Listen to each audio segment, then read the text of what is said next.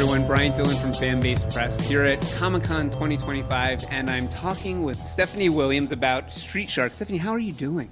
I'm doing excellent. I'm doing jawsome. So, incredible, fantastic, all of those things. It's my first time at San Diego Comic-Con, and like, what better way to kind of make my waves here with talking about Street Sharks and signing Street Shark stuff. It's 7-year-old me would be losing her mind right now.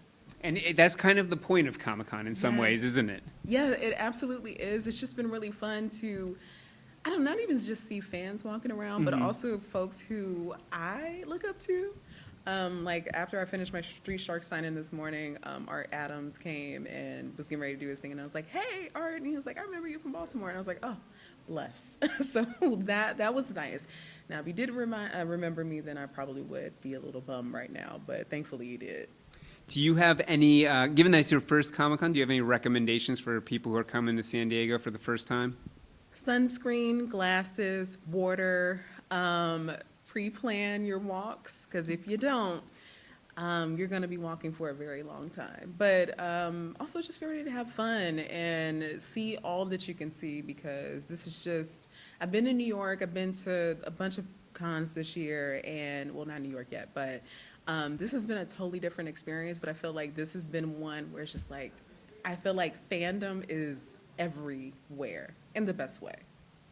Well, like your shark infused puns, this con is on the water. We can see the water right from it, so it's very appropriate. Yes. We're talking about Street Sharks, and I mean we're launching issue number 1 with you. What can you tell us? I guess before I even ask that question, one thing I wanted to talk about is the presence of Street Sharks. I know that I knew of Street Sharks. I didn't actually ever watch the animated show, but I would be in the toy aisle, I'd be checking out stuff, and these cool-ass toys were sitting there going like, hey, you got to check these things out. So I would love if you could give us your version for other people like me who maybe don't know everything about Street Sharks. What are the key points we need to know about the Street Sharks franchise, and then what's your relationship with Street Sharks? So Street Sharks is like a lot of things that came out of the 90s, where we have humans that were or whoever was turned into something that maybe should be perceived as monstrous, but because their individual personalities are just so relatable, you see past that. At least that's what it felt like for me. I am the only daughter out of 5 sons, so I didn't have a choice but to get into Street Sharks. But even beyond that, like, I found myself finding a connection with Ripster, because even though I'm the second oldest, I'm the only girl, so that makes me the oldest. So I understood Ripster's plight, and one of my brothers is like Streaks. One of them is like Jab. One of them is like Big Slamoo. Friends, the same thing. And I've always felt that for the Street Sharks, their very unique personalities is what makes them timeless. So that's why, like, when I had the chance to write this, I was like, okay, finally, I can write the people that I know, because essentially, like, I do know folks. They're just not sharks.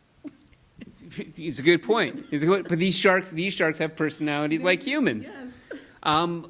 When you're taking on a franchise or a brand like this that has such history, that has fans out there that have certain expectations or know the voices of the characters, what's your first way to approach it? Is it a dive into what's come before, or is there another way that you like to take that on?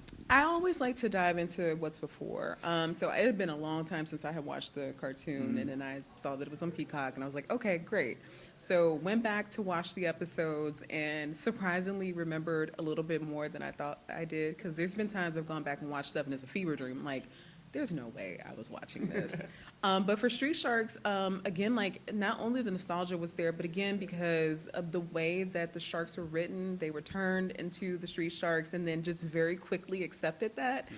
I always thought that was a very cool thing, because a lot of times you have characters, they're grappling with that. But for them, they just kind of accepted it. And I don't know, to me, when I was like 8 or 9 or whatever, I just thought that was the coolest thing ever. That they just said, okay, well, this is our life now.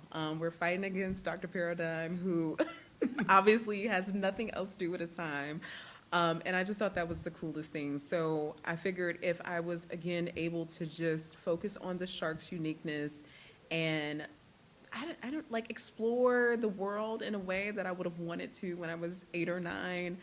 Maybe, unfortunately, Batman can't be involved when my brother and I were younger. Yet. I remember we had streaks surfing on Batman's ride from Batman and nice. Robin. So anyway, I'm getting off topic, but I couldn't do that. But I could bring stories that we essentially kind of played out with the toys, because that was also the whole point, right? A lot of the cartoons during the 90s is like, watch this cool thing, and then when you go to the store with your parents, make them buy you that thing. I still have Street Shark toys. Unfortunately, Jab didn't make it. I don't know what happened to him, but I don't know what happened to him, but I still have the Streaks Ripster and also Big Slam Moo. So I don't know, like, it's been cool to actually, write the things that my imagination pretty much came up with. And I feel like in that way, then for fans of the series, because I myself am a fan, that's something that they'll hopefully, appreciate. Is there, I mean, a lot of a couple decades have passed since the release of the original series. Are there ways that you felt when you were looking at the source material that, like, it's time to update the series in this way or that way? Yeah, for me, again, it was to spend a little bit more time with the brothers. So when they are up against the Seabiots, to, again, show their personalities a little bit more. So there's an issue where we get to see a different side of Jab, because he's often seen as the hothead. Mm-hmm. And with a lot of hotheads, they do have a big heart.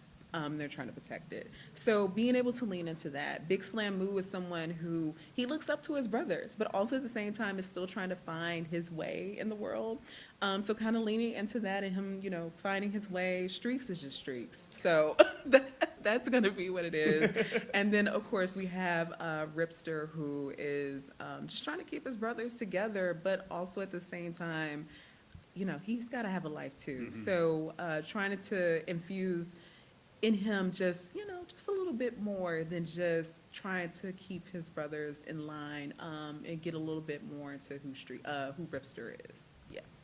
Well, you talked a little bit about the characters that you relate the most. Is there a Street Sharks character that either is your absolute favorite for a specific reason, or is there someone that surprised you while you were writing it that became more of a favorite of yours as you were going through the process? Jab.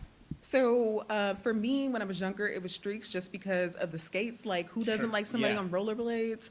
But I remember when I was younger, I was not necessarily a fan of Jab. But now that I'm older and can understand him a little bit more, Jab has actually become my favorite. Yeah, which I wasn't expecting. We all have responsibilities these days. We now can relate. Yes. Once we related to Buffy, now we relate to Giles. Yes. That's the way of life. Well, let me ask you this as well. You mentioned the fun, mashup aspect of playing with these toys, and it's always been something I would think of. The 80s, 90s action figure craze was like mixing and matching and coming up with these storylines. Could you see down the road any potential crossovers for Street Sharks? I mean, Godzilla seems to be fighting everyone these days, I did talk to my editor about Extreme Dinosaurs, but I found out that can't happen right now. That would be cool. But I would love for them to meet the turtles. I'm looking at Greg when I say that. So, yeah. But anyway, I would love to, for them to have a moment with the turtles. There's always wacky stuff happening. Sure, yeah. I mean, Dr. Paradigm, again, nothing else to do with his funding, but to want to turn folks into these gene-slammed monsters. So I can see him, doing something where he opens a portal to New York, and next thing you know, the turtles come on out. Maybe even Shredder. Who knows? Oh, wow. Maybe they could do a team-up.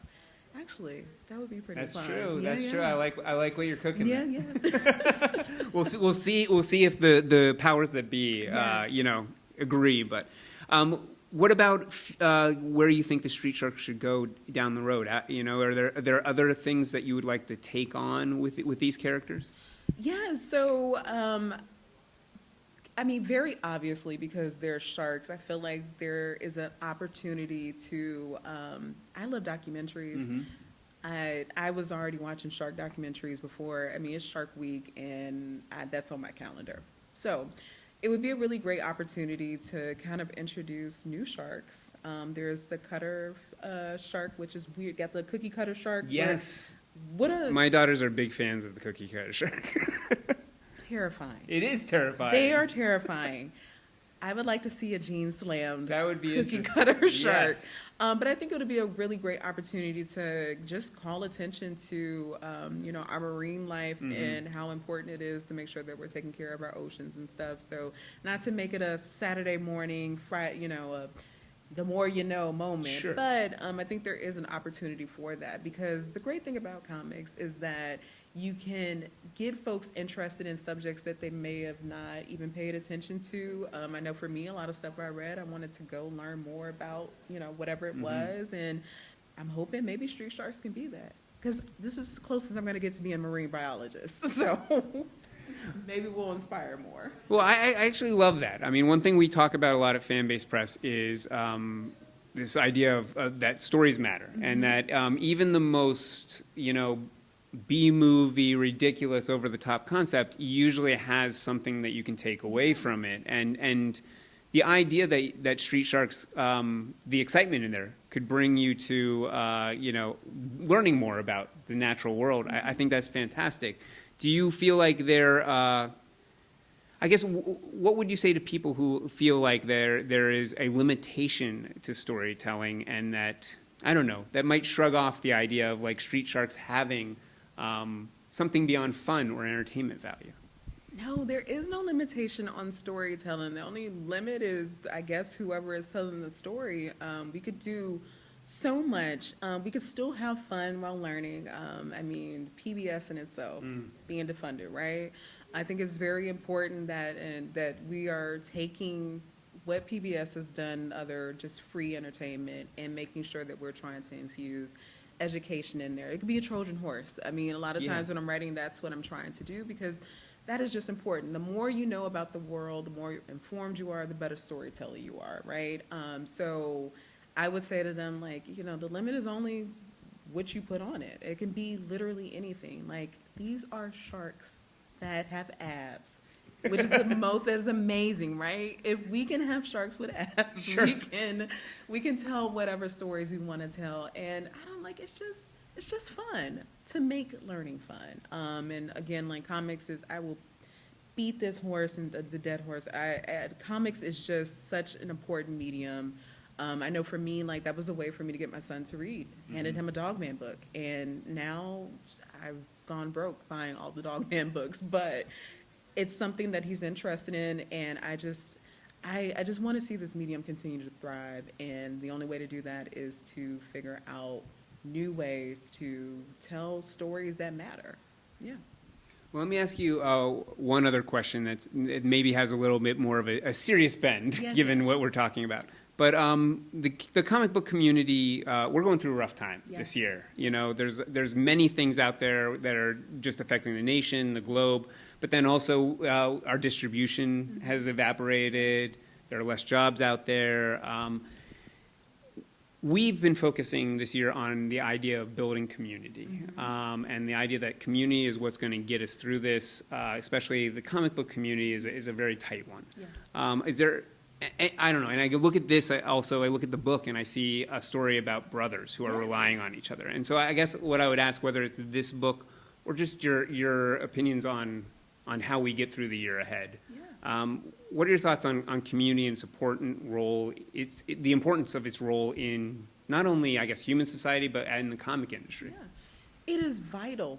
I would not be here with you today if I did not invest in the community, right? Like, Heather Antos would have never known that she had no idea that Street Sharks was something that I love, but she knew of just our conversations and just outside of comics that this is something that sounded like a Stephanie Williams thing, and it was. And not even for like jobs, but it's just nice to know the folks that you are working with, the people that are reading your work. For me, I love coming to conventions because that is when I feel most in community with the comic community. And to have folks come up to you and tell you, hey, this 4-page story that I wrote, that you wrote, I loved it. It made me go check out the rest of your work, or the story that you wrote gave me the courage to come out. Whatever it is, like, I just think that is so impactful. And on the days where it's a little tough to write because so much is going on in the world, to remember that, you know, this little silly story or this big important story that I'm writing will hopefully help someone get through their day. Maybe not even get them to forget what's going on in the world, because that's not what we need to happen. But stories are there to replenish us. And today and everything that is going on, we need all the replenishing that we can. So if you're reading Street Sharks and, slam moves, slamming someone and or like Streaks, running around and skating around in circles and making someone dizzy, makes you laugh for a second, and that gives you your first laugh of the day, I've done my job. So, I don't know, stories are important. They're important more now than ever because, again, we just need a reason to keep fighting, right?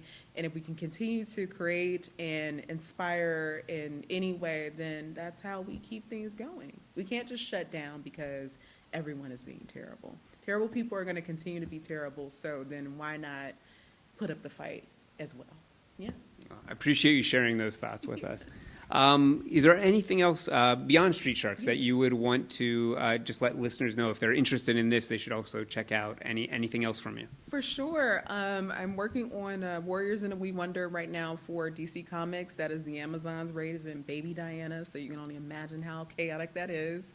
I have a cosmic horror with Ignition Press called Root to Madness that'll be out, a sci-fi time travel book with Mad Cave called Temporal, which is funny because I said I would never do a time thing, and then look at me doing it. It was inspired by Time Cop, so if you're a fan of that movie, check it on out. And please check out Street Sharks.